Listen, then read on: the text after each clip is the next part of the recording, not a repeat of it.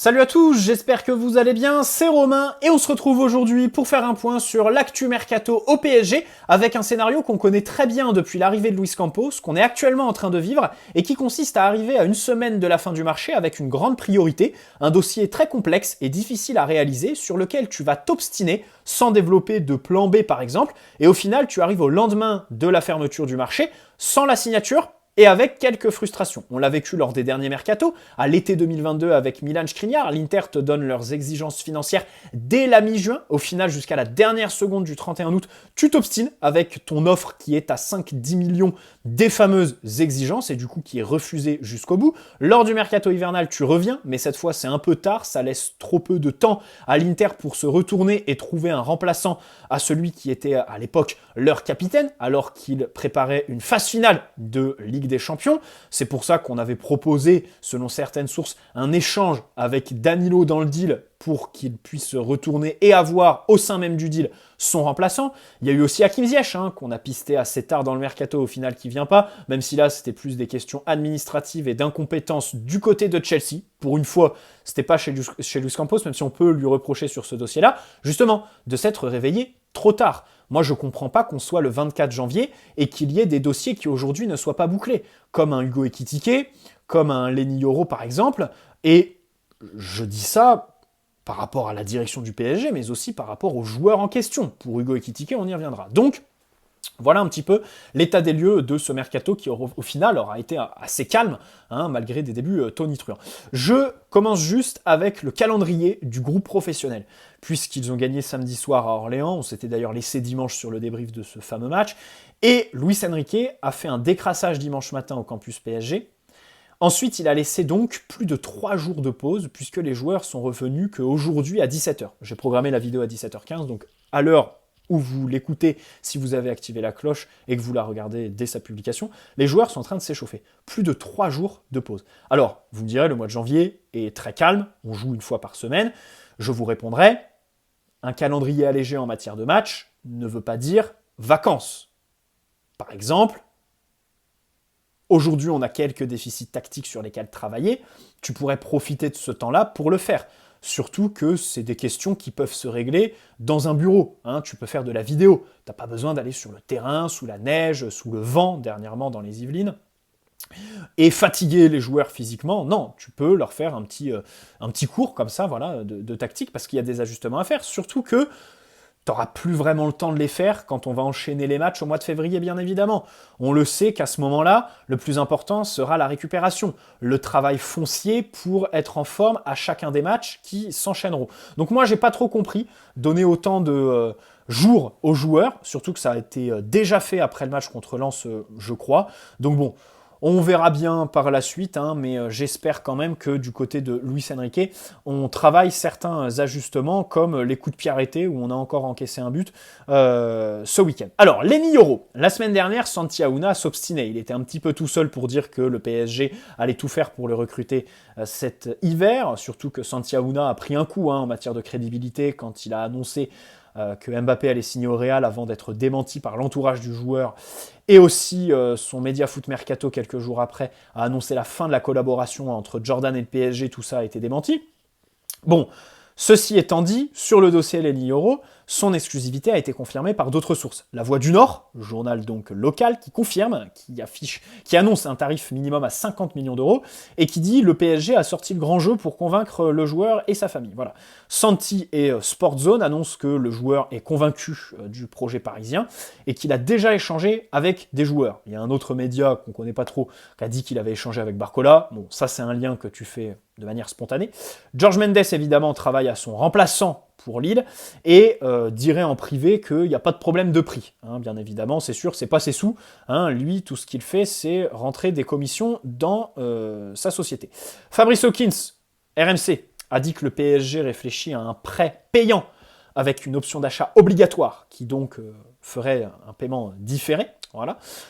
Qu'il n'y a pas d'accord avec le joueur, même s'il n'est pas insensible à l'intérêt du club. On rappelle qu'il est natif de région parisienne, le 94 je crois, et que c'est George Mendes qui pilote bien évidemment. Donc ça, Honnêtement, les gars, sur ce dossier, le fait que ce soit George Mendes et tout ça, même si Olivier Létang a pris la parole publiquement, je garde un petit espoir. Et je vais vous expliquer pourquoi. RMC précise aussi que le PSG a d'autres pistes en défense.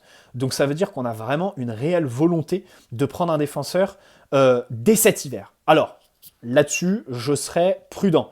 Pourquoi ? Parce que si on fait pas Euro cet hiver, il va falloir tout faire pour l'avoir cet été. Là, on sait très bien que le PSG est là. Il y a un vrai enjeu, joueur français, jeune. La France sort une fois tous les 2 ans au minimum un gros crack en défense. On a loupé les derniers. Celui-là, il va pas falloir le laisser passer. Mais voilà, cet hiver, si on fait pas Euro, je préfère ne pas recruter et attendre. Même si, bien sûr, j'aimerais quand même qu'on fasse Euro cet hiver. Pourquoi ? Parce que cet été, on va avoir d'autres dossiers. C'est-à-dire que tout est lié à Mbappé, en fait. Si Mbappé reste, on est plus tranquille. Et on va pouvoir axer le travail sur le milieu de terrain. Recruter un Bruno Guimaraes ou un joueur de cette trempe.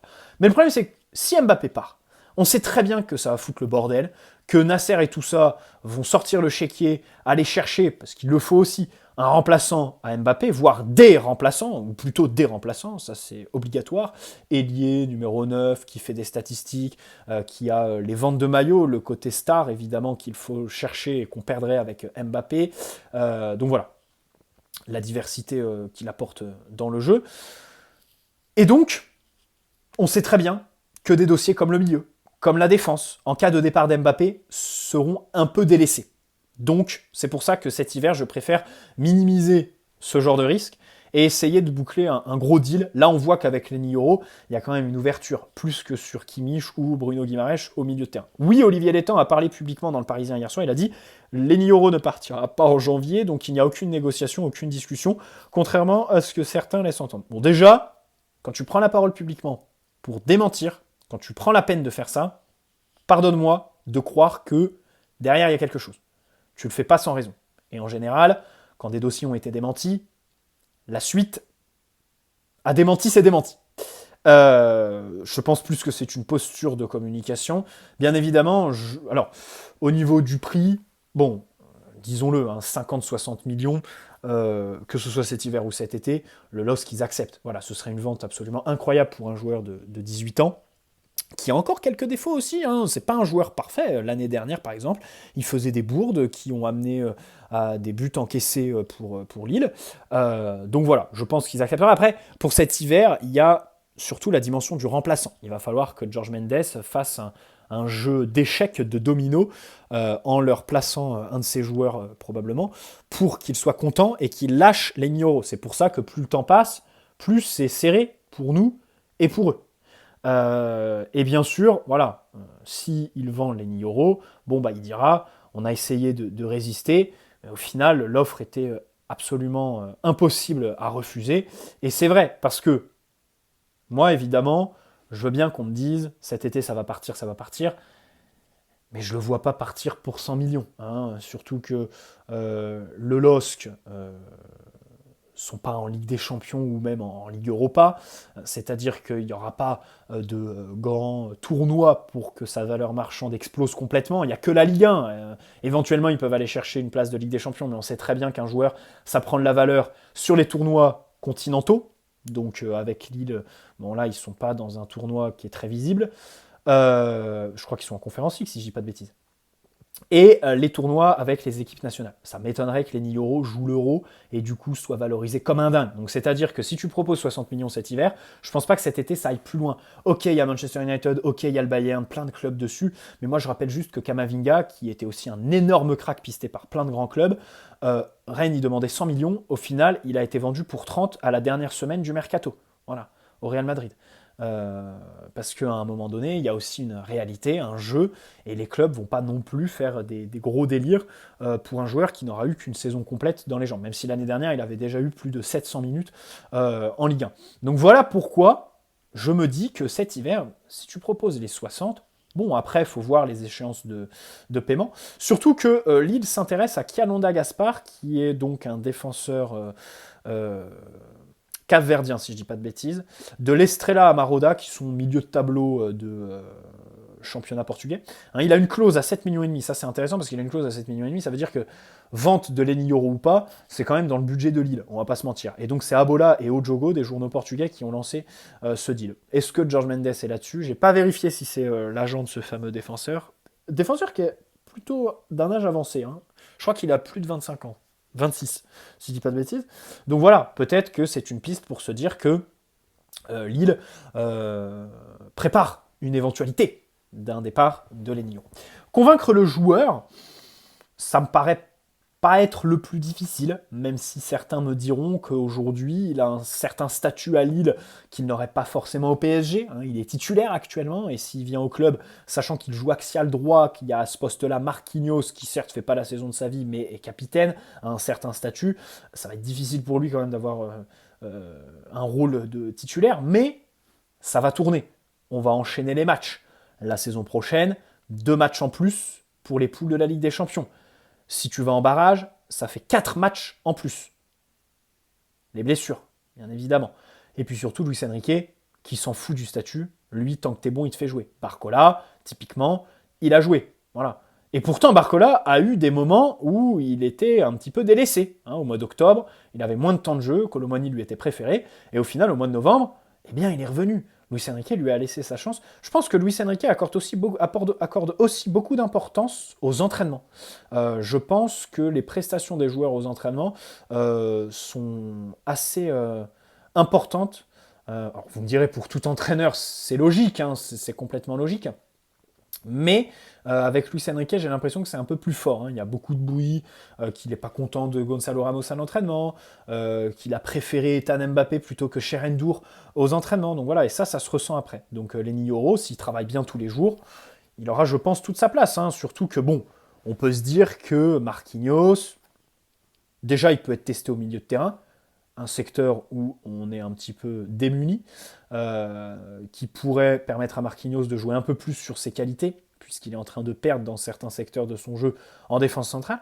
Et puis je suis pas sûr que Luis Enrique apprécie des masses Marquinhos. Alors c'est son capitaine bien évidemment, c'est un joueur qui dégage beaucoup pour le PSG, qui est sous contrat jusqu'en 2028, on le rappelle. Mais par exemple cet été, il y a eu l'épisode des capitaines là, avec le vote qui a été fait plusieurs fois. Bon, ça c'était un désaveu réel pour Marquinhos. Est-ce que c'était un désaveu de la part de Luis Enrique ou de la direction ou des joueurs? Bon, je sais pas trop. Mais dans tous les cas, Marquinhos a été conforté. Hein, c'est un événement qu'il a plutôt conforté dans son rôle de capitaine.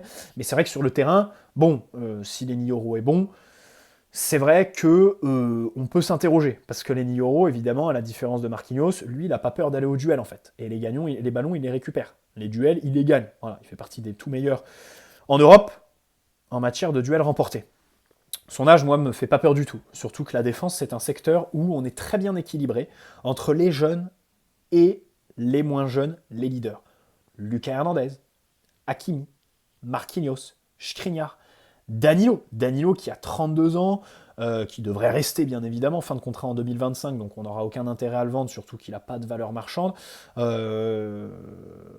Il parle beaucoup aux jeunes en dehors du terrain, et puis sur le terrain aussi, c'est quelqu'un qu'on voit beaucoup parler. Donc voilà, c'est un vrai leader aussi pour les jeunes. Donc derrière, tout ce qui est Beraldo, Leny Yoro, Nuno Mendes et tout ça sont plutôt bien accompagnés. Je trouve qu'il y a un bon équilibre. Parce qu'au milieu, par exemple, t'as pas ça. Hein. Warren, il est livré à lui-même. Ugarte, Vitinha, Lee Kangin, Fabian Ruiz, c'est pas des leaders. Hein. C'est pas des mecs qui ont remporté la Ligue des Champions comme Lucas Hernandez, qui ont joué la Ligue des Champions comme Milan Skriniar, voilà, qui sont au club depuis 10 ans comme un Marquinhos. Et puis en attaque, bon, t'as Mbappé, voire Dembélé, même si lui, je le vois plus comme un joueur d'ambiance. Pas au sens péjoratif du terme, c'est pas dénigrant, mais ce que je veux dire, c'est, je pense pas que ce soit un leader qui parle entre quatre yeux et qui te dit, qui te fait des discussions d'hommes, quoi. C'est plutôt quelqu'un qui va apporter au vestiaire par sa joie de vivre et tout ça. Et c'est pas du tout péjoratif, il faut ce genre de joueur. Et dans la vie, évidemment, qu'il faut plus de légèreté que de solennité tout le temps, tu vois ce que je veux dire. Bon bref, le prix 50 millions, évidemment, c'est énorme. Comme je l'ai dit plus tôt, déjà, est-ce qu'il partira cet été à ce prix-là? C'est pas dit, hein, puisque les exigences de Rennes donc, ont été revues 3 fois à la baisse pour Camavinga. Là, je pense quand même que voilà, 50 millions minimum pour Leny Yoro, ça me paraît envisageable, et donc autant les mettre cet hiver, tout simplement. Et puis alors, T'as déjà loupé Varane, même si ça remonte. Konaté, Upamecano, joueur que j'adore. Saliba, Fofana. Je pense que le PSG veut se rattraper, hein, voilà. Surtout qu'en plus, dans le même temps, tu vas au Brésil chercher Beraldo, qui est assez différent d'Euro. Des qualités qui sont assez complémentaires entre les deux. Je trouve que Beraldo sera meilleur quand tu as le ballon. Enfin, on le voit hein, sur ses 2 apparitions contre Revel et Orléans. Il est très à l'aise quand il faut relancer et ballon au pied. Et Lenny Yoro, qui lui est plus un défenseur axé sur l'activité défensive. Donc ça, c'est très intéressant. On a George Mendes de notre côté, donc à partir de ce moment-là, tout est possible, et c'est pour ça que je vous dis, Lenny Yoro, on peut se permettre d'y croire, voilà, autant le boucler cet hiver, pas attendre cet été où on aura sûrement d'autres dossiers tout aussi, voire plus importants. De l'autre côté, il ne faut pas oublier les plans B. Et on a une bonne nouvelle concernant Diego Llorente, un défenseur que j'ai plutôt défendu dans mes dernières vidéos, si on le prend en prêt. Hein, voilà, tu fais 6 mois avec Diego Llorente, et ensuite tu prends les 1000 € cet été, pas de problème. L'AS Roma a changé d'entraîneur, hein, ils ont dégagé Mourinho pour prendre des Rossi, et donc ils sont passés du 3-5-2 à un système à 4 défenseurs, ce qui supprime un défenseur central, surtout qu'en plus, à ce poste, ils vont récupérer des blessés, et Evan Ndika, puisqu'il est international ivoirien, on embrasse nos amis de la Côte d'Ivoire, qui sont au bord de l'élimination à la CAN, donc Ndika qui pourrait revenir plus rapidement que prévu à l'AS Roma. On rappelle Ndika, hein, qui a signé librement l'été dernier en provenance de Francfort. Et donc, l'AS Roma, ils sont ouverts à faire partir un défenseur central, ça pourrait être Diego Llorente. D'ailleurs, ils pistent plutôt un latéral gauche, Mitchell Baker. Mitchell Baker, un nom qui nous rappelle quelques petits souvenirs en tant que supporter du PSG. Donc voilà pour le plan B. Je pense qu'au sein du PSG, on le garde quand même en tête. Ça peut être vraiment intéressant de faire Llorente en prêt si on ne réussit pas à faire les 10 €, parce qu'après, voilà, tu as quand même un club, Lille, qui sont très fermés. Et je pense qu'à minima, au-delà du prix, il va falloir trouver un remplaçant. C'est pour ça que dans les médias, on a vu filtrer comme quoi le George Mendes dit que ça va pas être un problème de prix. J'y crois à ça. De toute façon, le PSG, voilà, s'ils veulent le mettre, ils le mettront. Et on va le voir, parce que si on fait les comptes, ben, on peut se retrouver rapidement avec les fonds nécessaires. Déjà équitiqué. Donc selon Florian Plettenberg, il a accepté d'avoir un salaire à 4 millions. Bon, enfin, il trouve un accord le 24 janvier. Hein. C'est sorti hier. Donc le 23 janvier, tu te mets enfin d'accord avec Francfort, qui te pistait déjà, avant même, le dossier Colomboigny l'été dernier. Donc ça remonte. Hein. T'avais rien à faire pendant 4 mois, t'étais au placard, et tu attends le 23 janvier pour te mettre d'accord avec eux. Bon. Pourquoi ne pas l'avoir fait plus tôt, hein, si c'est pour diviser son salaire, même si c'est évidemment quelque chose qu'il faut souligner quand même, hein, diviser son salaire par 2 est un bel effort. Par contre, Francfort propose entre 15 et 18 millions, le PSG en attend 30, on va voir comment ça va se boucler. Moi je dis 20, je fais partir avec un pourcentage à la revente. Un pourcentage assez élevé, peut-être 25-30%, mais 20 millions, ça peut être intéressant, parce que enfin, Ekitike, je l'ai dit dans une précédente vidéo, je pense pas que ce soit un joueur qui sera vendu plus de 50 millions d'euros, voire 40. Parce qu'en première ligue, je vois pas les clubs se positionner sur lui, mais vraiment de manière très concrète. Alors vous me direz, il y a plein de clubs de première ligue qui s'y intéressent depuis 6 mois. Oui, mais lequel a fait une offre de transfert sec? Aucun, en fait. C'était que des offres de prêt. Et je pense que le profil d'Ekitike ne colle pas vraiment avec la première ligue, le championnat le plus doté financièrement. Donc voilà, autant maximiser cet hiver. Après, c'est vrai qu'on peut regretter de ne pas l'avoir fait jouer ces 6 derniers mois, parce que ça aurait permis de le valoriser un peu mieux. Et ça, évidemment, ça fait un lien avec le dossier Mukiele, puisque tu as recruté Beraldo au poste de latéral gauche, poste auquel Mukiele a joué durant la première partie de saison, où il a brillé, et donc aujourd'hui, Mukiele, ben, il n'a plus vraiment de poste. Arrière droit, c'est Solaire, en défense centrale, la place est un peu bouchée, surtout si on recrute, et à gauche, donc on a Beraldo. Mukiele, s'il reste, bah en fait, c'est complètement bouché pour lui, en plus d'avoir un entraîneur qui l'apprécie pas vraiment, puisqu'il colle pas avec son système, et qu'il ferait un peu trop de sorties nocturnes. Donc, c'est bouché. Dans 6 mois, est-ce que tu pourras avoir les mêmes prétentions financières que tu as actuellement avec Mukiele? Je pense pas. C'est pour ça que peut-être faire un effort avec le Bayern, transfert sec ou option d'achat obligatoire toujours, hein. Mais allez, 20 millions plutôt que les 25 qu'on demandait visiblement initialement, ça pourrait le faire. Surtout que le Bayern pistait Trippier de Newcastle, mais c'est un échec. Voilà, c'est tombé à l'eau très rapidement. Donc on va voir, le joueur veut vraiment partir. Donc je pense qu'à un moment donné, les deux clubs vont devoir trouver quand même un terrain d'entente, surtout qu'il n'y a vraiment aucun intérêt à ce qu'il reste en fait. Là, on est vraiment dans un cul-de-sac parce qu'il n'y a aucun intérêt à ce que Mukiele reste. Il ne jouerait pas. Pour le PSG, il serait en dévaluation totale, alors que là, tu as quand même un grand club européen qui, en plus pour lui, représente une belle étape pour sa carrière, qui se représentera peut-être pas l'été prochain, puisque Thomas Tuchel, à ce moment-là, aura peut-être quitté la Bavière. Et donc, si on fait les comptes, les 20 millions qu'on a mis sur Moscardo au début du mercato, au final, ils sont décalés sur l'exercice comptable de l'année prochaine, puisqu'on a négocié ça avec les Corinthians. Si on fait, disons, 20 millions sur Mukiele, ça fait 40 millions de liquidités. Alors, 40 millions, même si sur les 20 millions, je pense que tu en aurais 10, peut-être 10, qui arriveraient directement dans tes caisses, puisque les 10 autres serviraient à terminer l'amortissement de son précédent transfert de Leipzig vers le PSG. Donc ça ferait 30 millions. 30 millions dans les caisses. Et ensuite, Ekitike, disons qu'on le vende 20, 25, sachant qu'on l'a acheté 28,5 et qu'on a déjà eu une année d'amortissement, ça te fait aller 25, 30 millions, si on est très ambitieux, sur le dossier Lenny Yoro, ce qui est pas mal quand même. Ça te fait 30 millions de liquidités sur Lenny Yoro. Si on y ajoute les 20 millions qu'on avait, enfin on nous annonçait que le PSG avait un budget de 20 millions cet hiver pour recruter un défenseur central, au moment où on avait vendu personne. Ça monte l'enveloppe à 45-50 millions.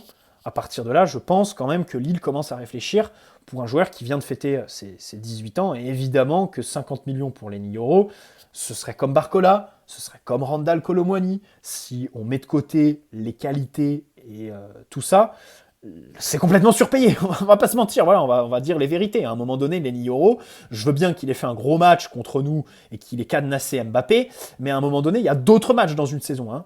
Et il a aussi des défauts qu'on a mis en avant dans de précédentes vidéos. Voilà, c'est pas non plus le joueur parfait, 18 ans, c'est un profil à polir.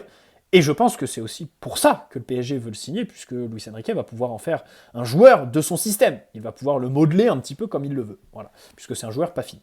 Cher Endur, selon Fabrizio Romano, il annonce même la visite médicale pour un prêt à Braga. Donc ça, c'est très intéressant, puisqu'il y a quelques semaines, le même Braga faisait fuiter dans la presse qu'il n'en voulait pas. Et là, il y va. Jamel a dit que Luis Enrique est plus impressionné par Ethan Mbappé que Endur à l'entraînement.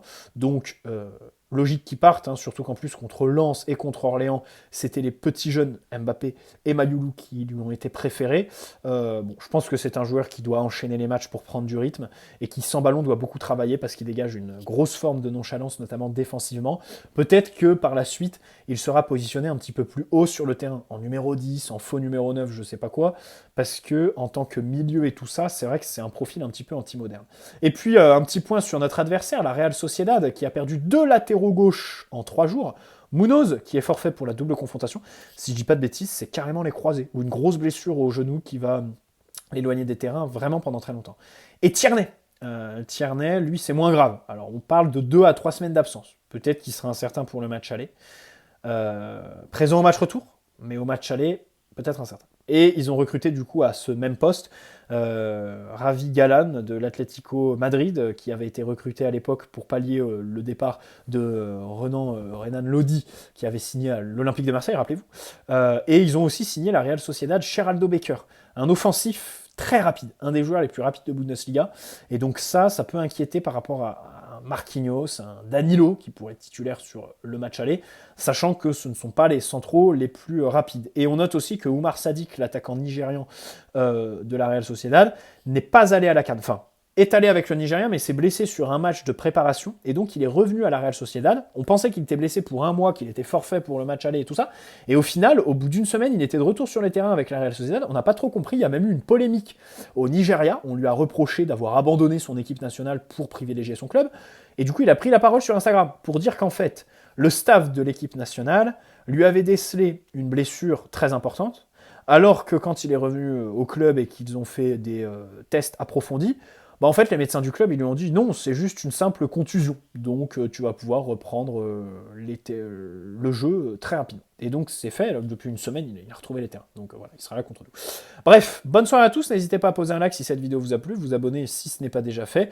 Et puis, on se retrouve Alors demain non, mais vendredi, enfin samedi déjà oui pour faire un avant-match de PSG Brest et vendredi si d'ici là il y a des infos mercato, je sais pas trop si on va en avoir d'ici là. J'espère quand même que Euro ça va se faire cet hiver, ce serait vraiment un mercato hivernal très réussi hein, si on fait Euro, je préfère prévenir, les vidéos seront très très positives.